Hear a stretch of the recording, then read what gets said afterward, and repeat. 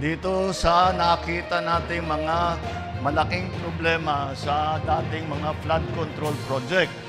Kaya naman ay tinignan po namin, eto si Secretary Vince Dizon at saka kami, nag-meeting kami na mabuti at tinitignan namin, ano ba dito yung maganda, ano ba dito yung hindi na talaga pwede, na mukhang ghost project ito, mukhang substandard ito. Kaya po, tinignan po namin lahat po, inisa-isa po namin lahat ng project na yan. At nakita namin, nakapag-savings po tayo sa budget ng Pilipinas para sa susunod na taon, para sa 2026. Nakahanap po kami ng medyo malaking halaga. Ang halaga is 255.55 billion na piso. Biruin ninyo,